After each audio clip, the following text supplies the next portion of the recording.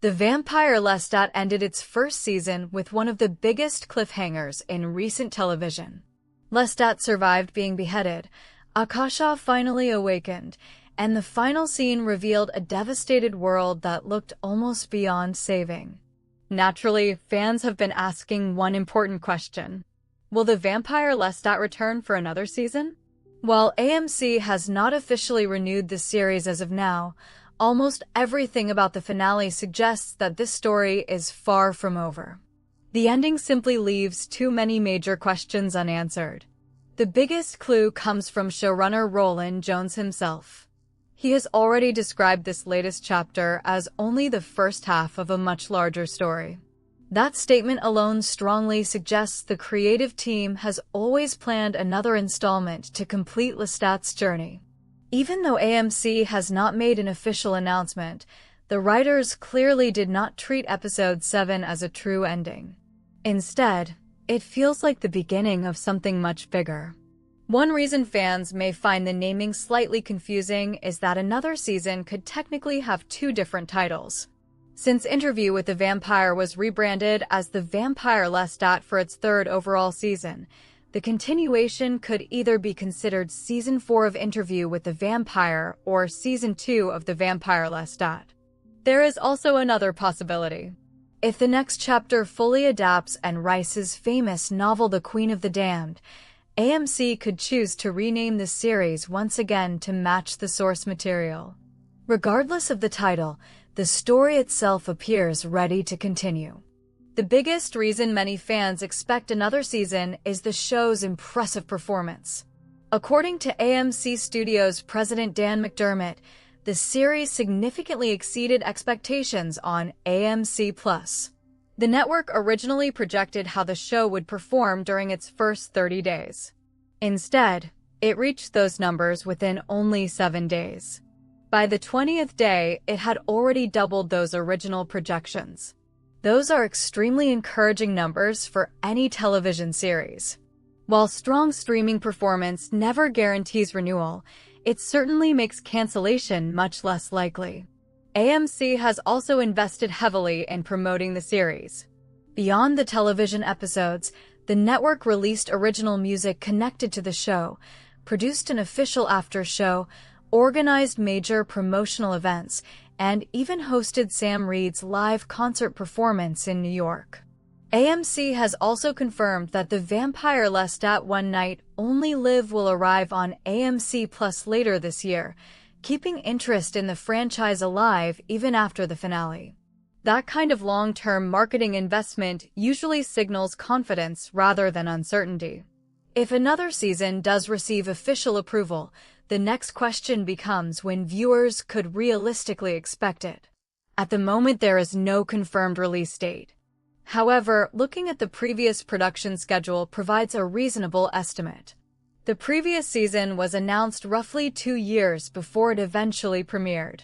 If AMC follows a similar timeline, fans may need to wait until sometime in 2028 before the next season arrives.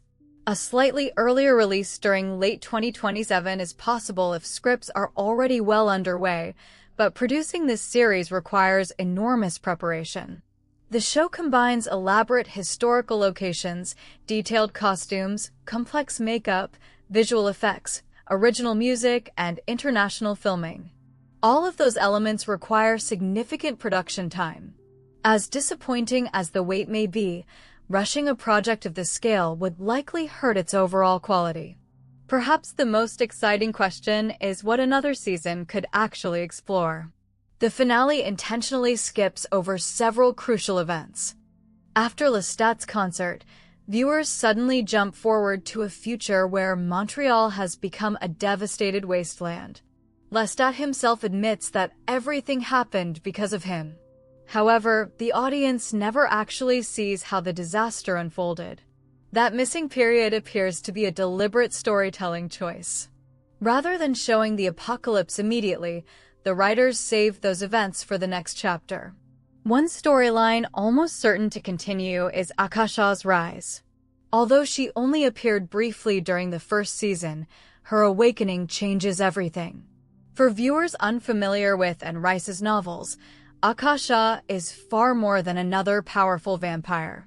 She is the original queen of the damned and the ancient source of the vampire bloodline itself. Her return threatens not only vampires, but all of humanity. The first season introduces her. The next chapter would likely explore the full consequences of her awakening. Another major mystery involves Lestat's concert itself. Ironically, the event promoted throughout the entire season is never fully shown. Instead, viewers only learn afterward that the performance triggered the Great Conversion and awakened Akasha. A future season could finally reveal exactly what happened on that stage and why it changed the world forever. Several other unanswered questions also remain. What happened during the missing years after the concert? How did Montreal become almost completely destroyed? Why did the Talamasca actively encourage events that ultimately awakened Akasha? Where was Lestat while civilization collapsed around him? How did Louis and Armand eventually end up together again despite everything that happened between them? Can Louis truly forgive Lestat for the catastrophe that followed the concert? And what role will Gabriella play now that her son faces the greatest challenge of his immortal life? The emotional relationships may become just as important as the supernatural conflict.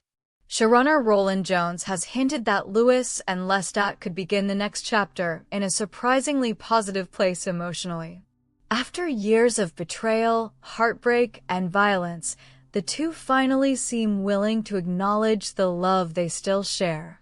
Of course, history suggests that whenever Louis and Lestat appear happy together, disaster usually follows soon afterward. If another season moves forward, several familiar faces are expected to return. Sam Reed would almost certainly reprise his role as Lestat since the entire story continues to revolve around him. Jacob Anderson is also expected to return as Louis because his relationship with Lestat remains central to the narrative. Sheila Adam will likely receive a much larger role as Akasha after spending much of the first season being carefully introduced. Assad Zaman's Armand still has unresolved conflicts with both Louis and Daniel Malloy, making his return highly likely. Eric Bogosian's Daniel also appears positioned to play an increasingly important role because of his growing connection to both the Talamasca and the vampire world. Jennifer Ely could also return as Gabriella after helping restore Lestat's body before the final concert. Several supporting characters may also return depending on how closely the adaptation follows Anne Rice's novels. Ultimately, while AMC has not officially announced another season, almost every sign points toward the story continuing. The creative team has openly described the finale as only half of a larger narrative. The streaming numbers have exceeded expectations. The marketing campaign remains active. Most importantly, the story itself ends by opening far more doors than it closes. With Akasha finally awake, civilization lying in ruins, and Lestat accepting responsibility for triggering the apocalypse, it is difficult to imagine this being the end of the journey. If the series does return, viewers can expect a much darker and far more ambitious chapter that shifts the focus from Lestat's personal redemption to a battle for the future of both vampires and humanity. Everything now points toward the arrival of the Queen of the Damned, where the greatest threat in Anne Rice's universe finally steps into the spotlight.